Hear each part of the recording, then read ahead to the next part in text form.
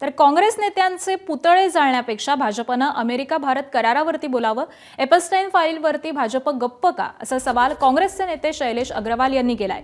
Bharat America करारातून शेतकऱ्यांना लुबाडण्याची तयारी सुरू आहे, अशी टीका देखील त्यांनी केली आहे.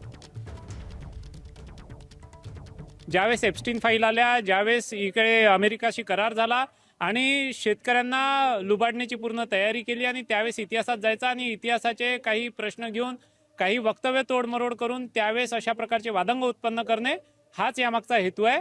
खरं जर तुमचा हेतू चांगला आहे आणि तुम्हाला खरं देशातल्या जनतेच्या आणि राज्यातल्या जनतेच्या प्रश्नांशी काही देणं घेणं आहे, तर ही वेळ आहे की भारत अमेरिका करार जो केलाय आणि शेतकऱ्यांचं भवितव्य जे उद्ध्वस्त केलंय त्यावर बोलायला पाहिजे.